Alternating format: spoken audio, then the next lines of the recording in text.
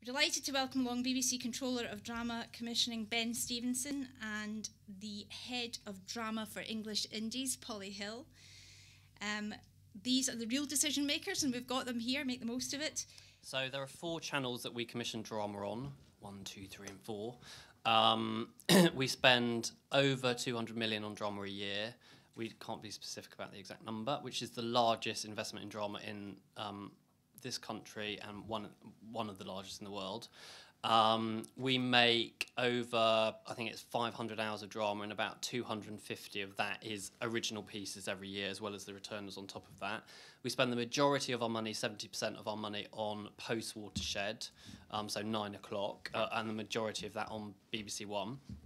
The way that we commission drama is that I have a brilliant team of people, one of whom is Polly, who are responsible for working with the indies to find the very, very best drama.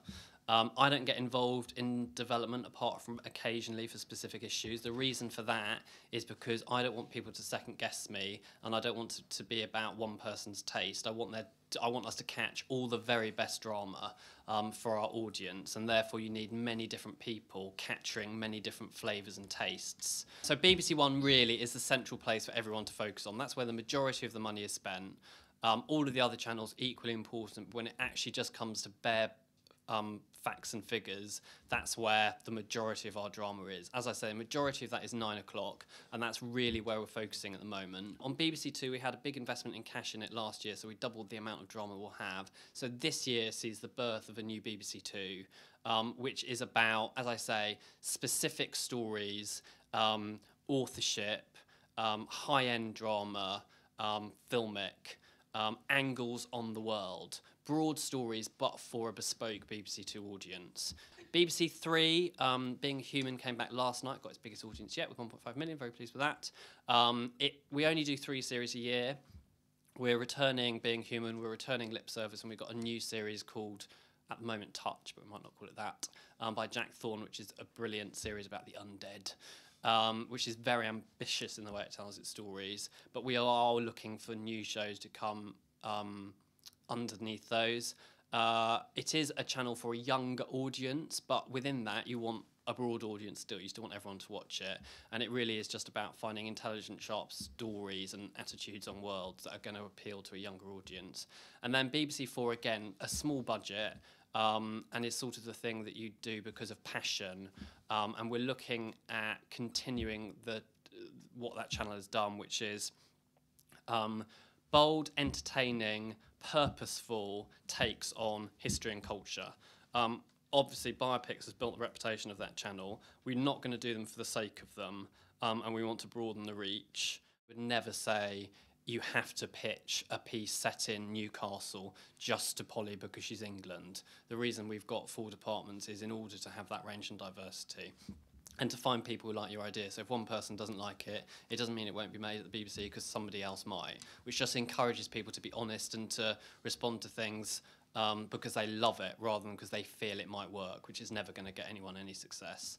I would love to find more pieces set here, based here, but I don't know that there's something that you would hope that it is. I mean, you'd hope that it is just a great story and well told, and if it's set here and based here, and fantastic, but I don't think there's a particular tone. But in terms of averages, the lowest is about 500, and then when it comes to series, the average is about 720 an hour, and when it comes to a serial or a film, it's 800 to 900. Paid development is all that means is that you come with an idea, Polly says, I love it, let's do a treatment, and she'll pay however much money is deemed that treatment should, you know, a few £1,000s, or straight to script, in which case we pay for that. So we pay for all work, basically, on a piece that Polly or whoever feels has potential to be made.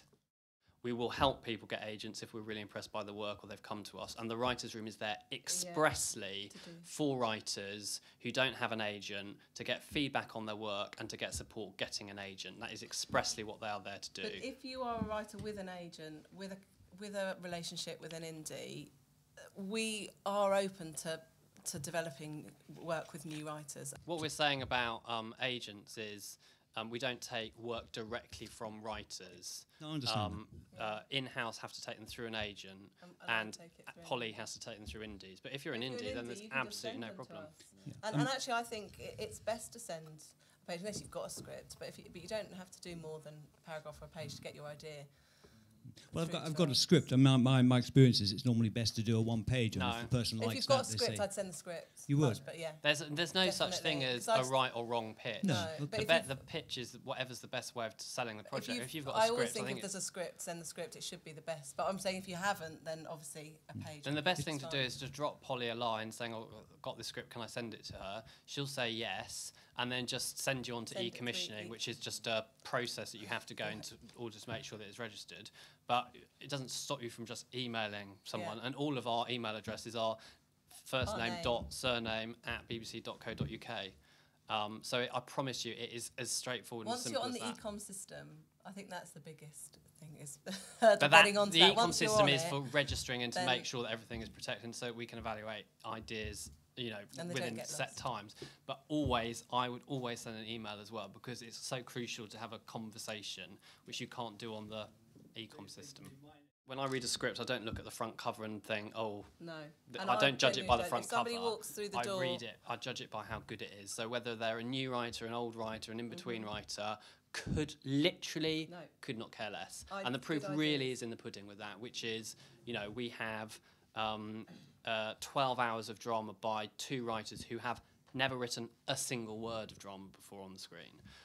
On BBC One, millions and millions of pounds. And we have other writers in development who are the same, and they'll either come through or they won't, but they're there and we support them, and because the ideas are brilliant and the writing is there to back it up. It's just it may be a slightly slower process before we give the script to Ben. So every piece you have to feel like, when I'm judging something, I think, is this a good idea that you feel an audience respond to? This is all forgetting, is it brilliantly written, because that's taken for granted. Is it a brilliant idea that an audience you feel would respond to?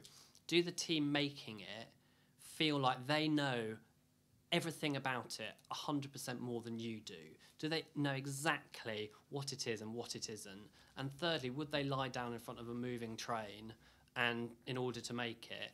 And if the 3 of those are right, I think you've got a really, really good show. I would never not develop something because of a scheduling issue. If I think it's great, then we'll develop it. Thank you, everybody, for coming and contributing. It's been probably the most enjoyable thing I've sat in on this kind of thing. Thanks, Ben. Thanks, Polly. Thank you, Patrick. Thank you. Thank you, everyone. Thank you.